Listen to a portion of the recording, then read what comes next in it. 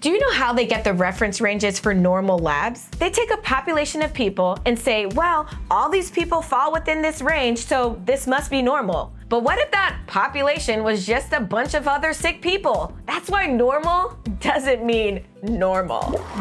We're seeing more and more people doing everything right, and yet their hair is still shedding. It's still thinning, it's still not growing. There are 3 reasons we see over and over again that explain why this is happening.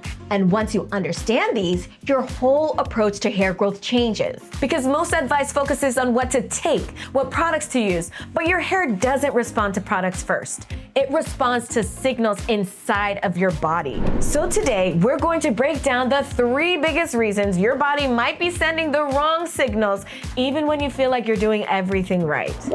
The first reason is stress. We said that last time. I know, but we're gonna say it again. Now, most people think of stress as an emotional state, but stresses can be hidden. And that's where people get confused because they'll say, I cleaned up my diet, I'm losing weight, I'm working out, I feel better, but then their hair starts falling out. And they're like, wait, why now? Your body doesn't always interpret what you're doing as healthy, especially if the change is rapid, restrictive, or not supported properly with nutrients. So your body is going to see that healthy journey as stress. And stress is one of the fastest ways to push your hair out of the growth phase and into the shedding phase. If your body feels like resources are limited because you've restricted calories or you're inconsistent with your meals, it's going to shift energy away from hair growth and into keeping you alive. So even though you're losing that weight, which we are thankful for, it is still putting a stress on your body.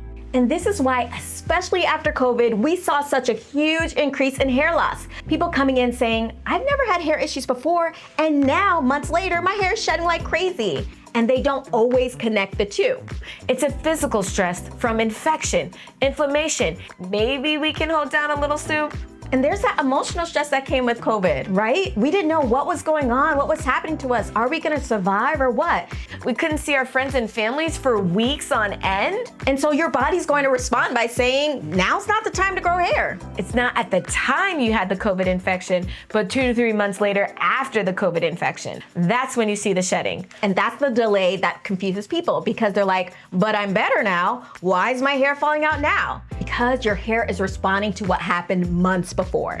And it's not just COVID that can cause this stress. We're seeing something very similar with GLP-1 medications like semaglutide and tirzepatide. And again, these medications can be helpful. So it's very important to understand how they work and use them in the right way so you can support healthy hair growth and weight loss. We have a whole separate video on how to support yourself or your client if you are taking one of these GLP-1 medications. But we're seeing more people saying, I lost the weight, but now I'm losing my hair. And that's expected. The reason's very similar. It's that rapid weight loss again, lower calorie intake, not enough proteins or nutrients. So this becomes a stress signal and your body's gonna shift that energy away from that hair growth. So the second reason your hair's falling out, even though you're doing everything right, is you're taking supplements without a strategy. So people are taking biotin, collagen, MSM, multivitamins, sometimes all at once. And those things can help, but only if you can actually use them. And this is the part that people miss. If your digestion is off, your blood sugar is unstable, you're not properly absorbing or utilizing those nutrients. So now you're doing everything right, but your body is still getting worse and your body isn't getting the message it needs to grow healthy hair. That's why people get so discouraged because they're consistent, but they're just not seeing the result. Their body's not responding. Because one person might need iron, another person might need blood sugar control, and if all 3 people take the same supplement, only one of them is going to say, this actually worked for me. And the other 2 are gonna be like, nothing works, when really it just wasn't targeted.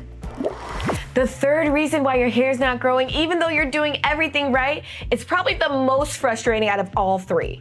And it's when you're told that your labs are normal, but your hair is still falling out and you still don't feel yourself. I know this from my personal health journey. My labs are normal, but really that means nothing severely abnormal in the blood yet. Because by the time we see abnormalities in our blood, it is way too late. Do you know how they get the reference ranges for normal labs? They take a population of people and say, well, all these people fall within this range, so this must be normal. But what if that population was just a bunch of other sick people? That's why normal doesn't mean normal. Normal is not optimized.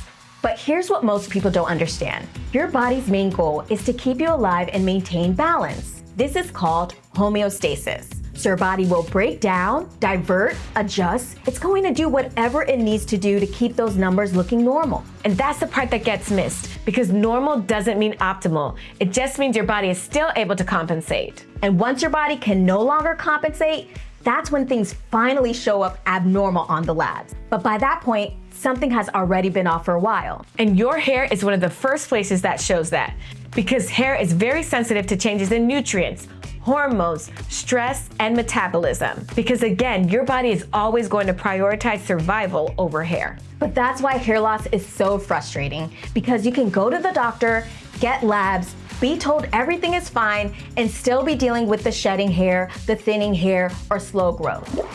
So when we say that the root cause of hair loss is a disruption of the hair growth cycle, what we really mean is that it's about the signals that determine whether your hair stays in the growth phase called anagen or exits too early in telogen. And so most people are trying to fix their hair from the outside instead of asking, what is my body telling my hair right now? And that's why guessing becomes so exhausting, because you're throwing spaghetti against the wall, hoping that something sticks without actually knowing what's going on in your body and what it needs. But once you understand your pattern, everything becomes more targeted, more intentional, and more effective. So we want to ask you, what's something you've tried for your hair that didn't work? Drop it in the comments. We read every single one. And if you're a hair professional and you're tired of guessing with your clients, we'll show you how to do this the right way.